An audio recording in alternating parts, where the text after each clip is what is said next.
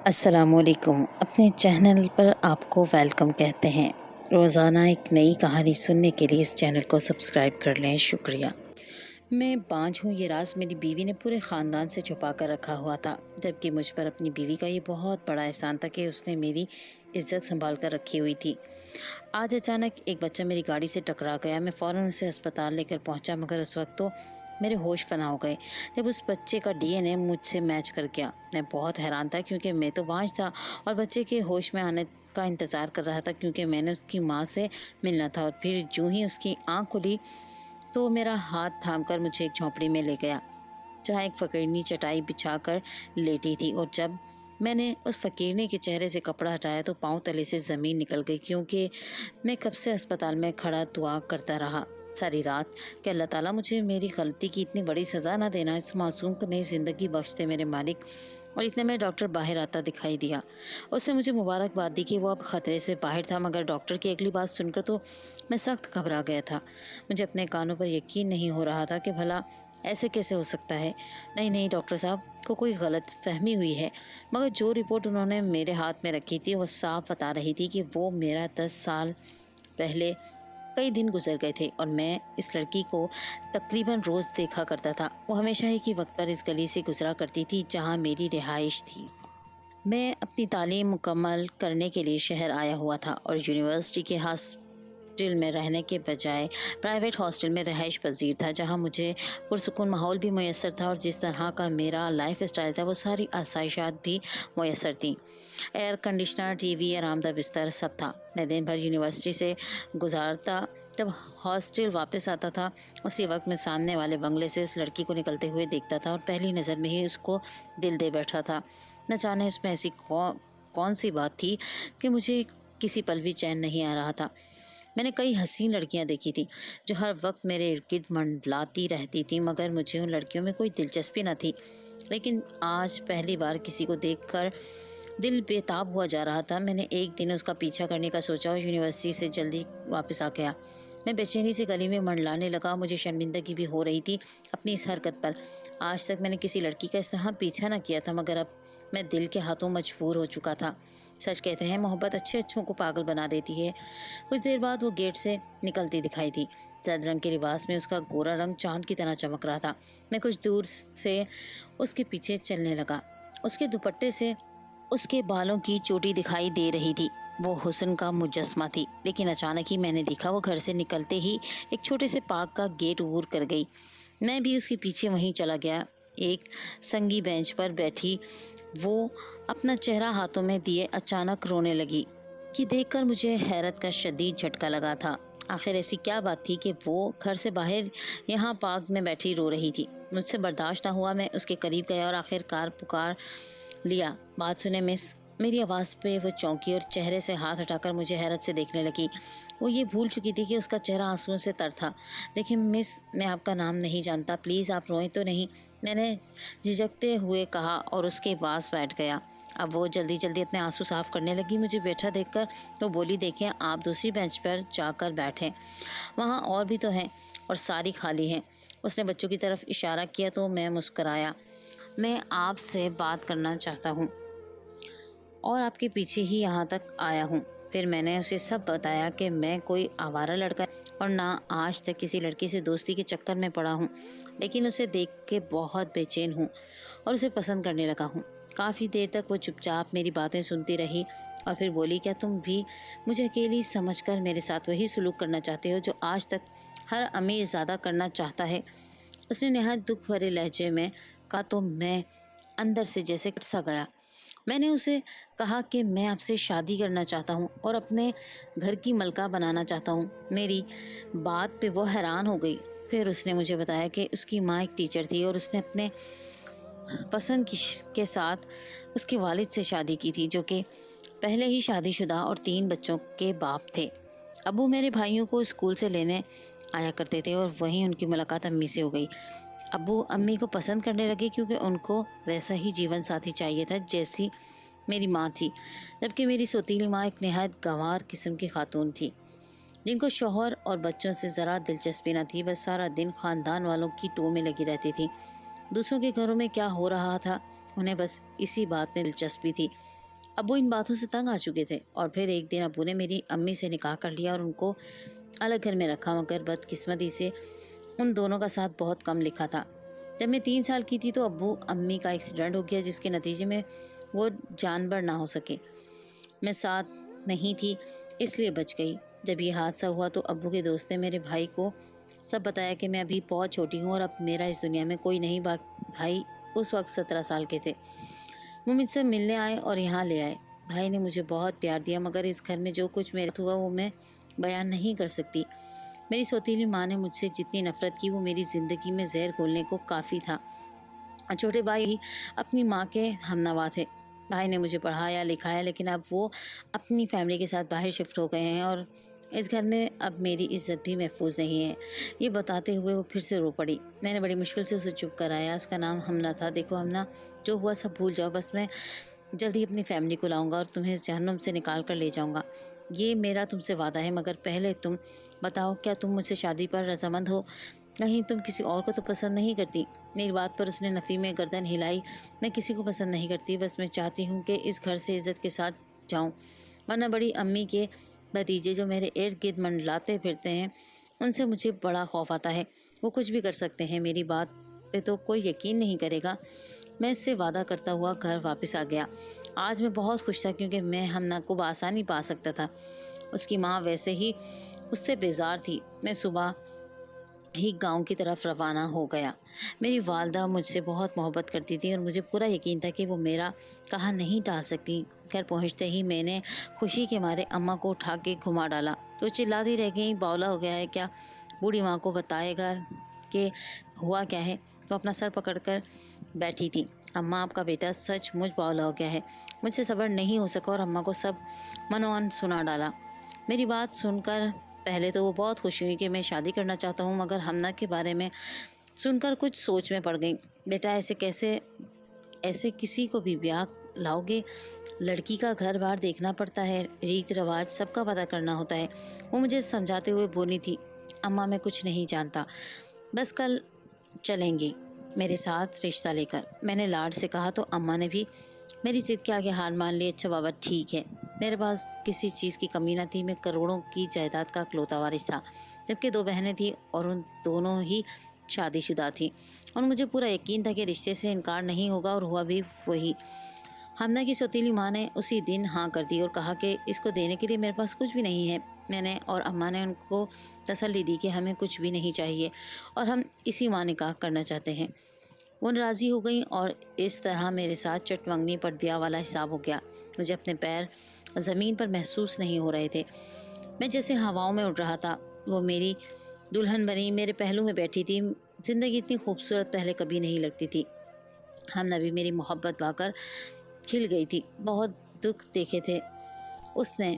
میں نے خود سے وعدہ کیا تھا کہ میں اسے ہر خوشی دوں گا، جتنی بھی تکالیف اسے ملی ہے ان سب کا مداوع کروں گا۔ پوری حویلی میں جشن کا سما تھا۔ آج ہمارا ولیمہ تھا۔ ابا بھی بہت خوش تھے میری شادی سے، لیکن وہ بہت بیمار تھے، اس لیے بستر سے لگے ہوئے تھے۔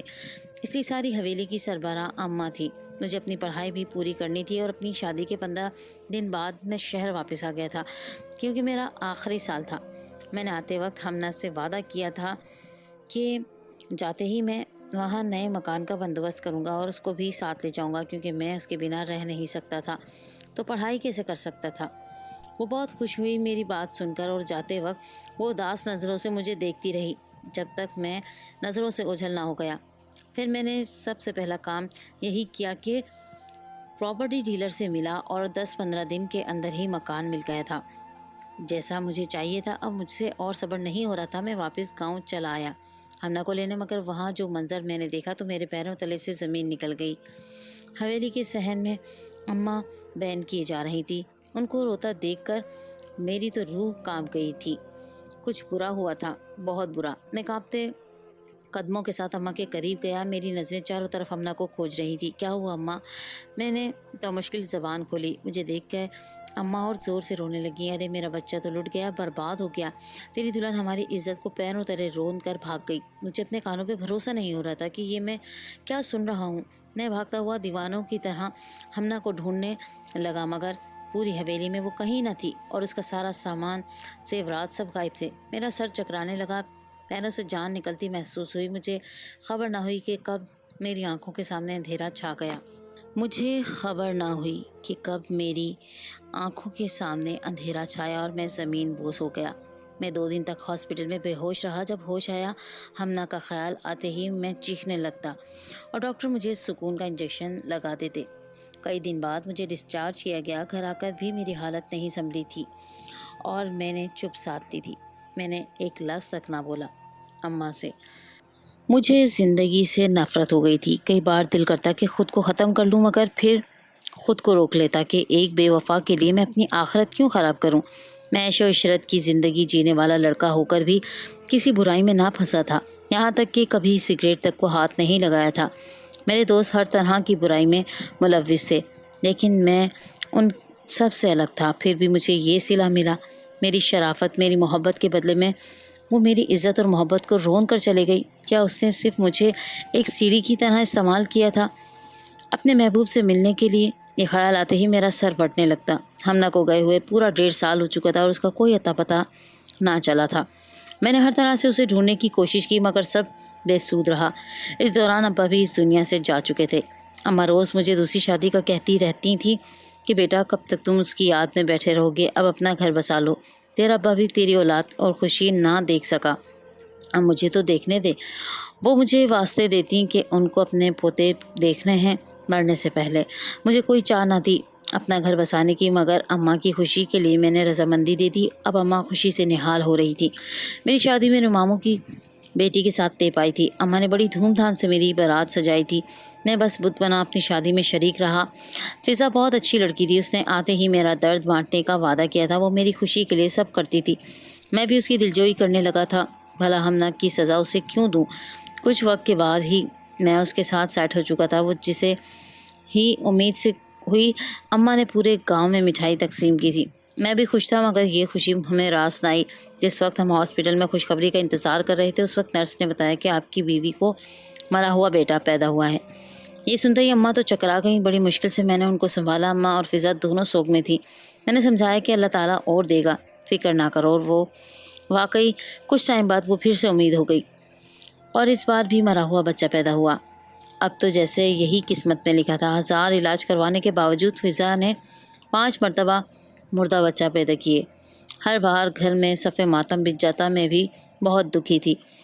5 بچوں کی لاشیں جب میری گود میں دی گئیں، تب ایسا لگتا تھا جیسے کسی کی آہ لگی ہے، جو مجھے ہر بار بچے جھولی میں سلانے کے بجائے مٹی میں دفنانے پڑتے ہیں، مگر قدرت کو یہی منظور تھا۔ میں نے فضا کو کہہ دیا تھا کہ بس اب اور نہیں سہا جاتا۔ 9 ماہ کی تکلیف اٹھا کر بھی تمہاری گود سونی ہی رہتی ہے، تو کیا فائدہ اس تکلیف کا؟ مجھے نہیں چاہیے اولاد۔ میری اس بات پہ وہ اور دکھی ہو گئی، لیکن اب اسے اور تکلیف نہیں دے سکتا تھا۔ اماں کو علم ہوا تو انہوں نے بھی ماتم کرنا شروع کر دیا کہ میری قسمت میں پوتے پالنا نہیں لکھا۔ کبھی کبھی تو وہ فضا کو قصوروار کہتی تھی۔ بھلا اس کا کیا قصور تھا؟ ڈاکٹر نے صاف کہہ دیا تھا کہ کزن میرج کی وجہ سے آپ کے بچوں کے سر پہ پانی آ جاتا ہے اور وہ پیٹ میں ہی ختم ہو جاتے ہیں۔ اگر وہ زندہ بھی بچ گئے تو شاید ہی نارمل ہوں گے۔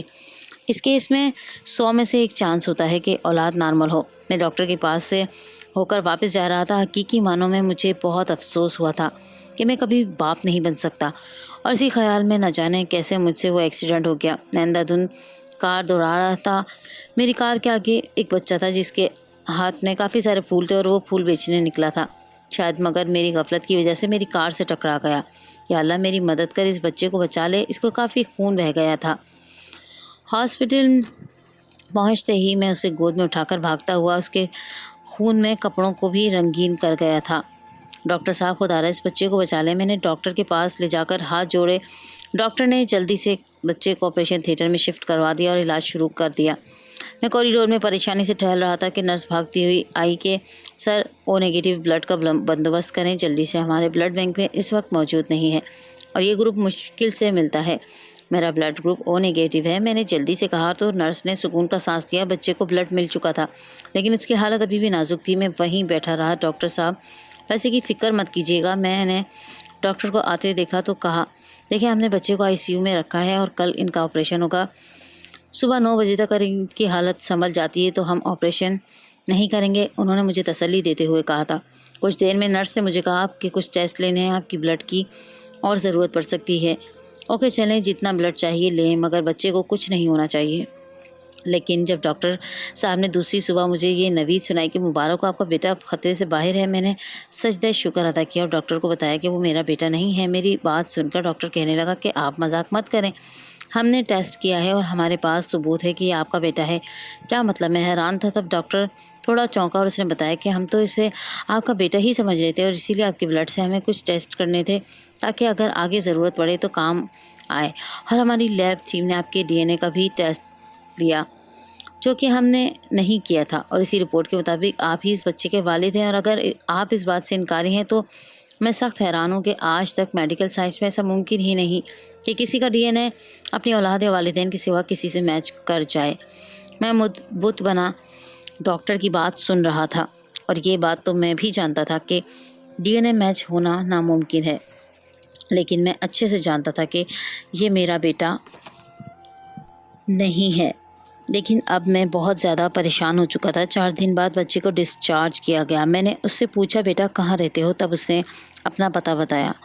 میں ڈھیروں پھل اور کھانے پینے کی بہت سی چیزیں لیے اس کے گھر تک لایا تھا۔ وہ ایک بہت ہی پرانا سا جھکی نما گھر میں رہتا تھا۔ اس نے بتایا کہ اس کی صرف ایک ماں ہے جو اس وقت گھر پہ اس کا انتظار کر رہی ہوگی، لیکن وہاں اس کی ماں نہیں تھی، بلکہ وہاں تو ٹوٹتی سانسوں والی میری بیوی ہمنا تھی جو کہ تقریباً مرنے والی تھی۔ ہڈیوں کا ڈھانچہ بنی ہمنا چٹائی پہ لیٹی ہوئی تھی اور اس کی سانسیں بند ہونے والی تھیں۔ دل کی دھڑکن بھی بس دم توڑنے کو تھی۔ میں اس کی حالت دیکھ کر چلا اٹھا تھا۔ اب مجھے یقین آ رہا تھا کہ معاملہ کوئی اور ہی تھا، ورنہ خود سے بھاگ جانے والی اس حال میں کیوں تھی، اور وہ بھی میرے ہی بچے کے ساتھ۔ میں جان چکا تھا کہ عمر میرا ہی بیٹا ہے، اور مزید confirm D N A test سے پہلے ہی ہو چکا تھا۔ حملہ کو دیکھ کر میں سب سمجھ چکا تھا، لیکن وہ اس طرح کیوں چلے گئی بنا کچھ کہے اور مجھ سے رابطہ کیے بغیر؟ مجھے یہ سب جاننا تھا۔ میں نے جلدی سے حملہ کو اچھے پرائیویٹ ہاسپٹل میں داخل کرایا اور بہترین ڈاکٹروں سے اس کا علاج کرانے لگا۔ حملہ کی حالت پر میں تڑپ تڑپ کر رو دیا تھا۔ یہ سب میری وجہ سے ہوا تھا۔ اگر میں اچھے سے چھان بین کرتا تو شاید مجھے حقیقت پتہ چل جاتی، جس سے میں ابھی تک بے خبر تھا، اور اب بے صبری سے حملہ کے ہوش میں آنے کا انتظار کرنے لگا تاکہ اس سے سب جان سکوں۔ بالآخر میری دعاؤں اور ڈاکٹروں کی محنت سے حمنا کو پھر سے نئی زندگی ملی تھی، اور اس کی زندگی کے نوید سن کر مجھے بھی تھوڑا سکون ملا تھا۔ مجھے سامنے پا کر حمنا رو رو کر ہچکی بن گئی۔ وہ مجھ سے منہ موڑے پڑی تھی اور مجھ سے بات کرنے پر راضی نہیں ہو رہی تھی۔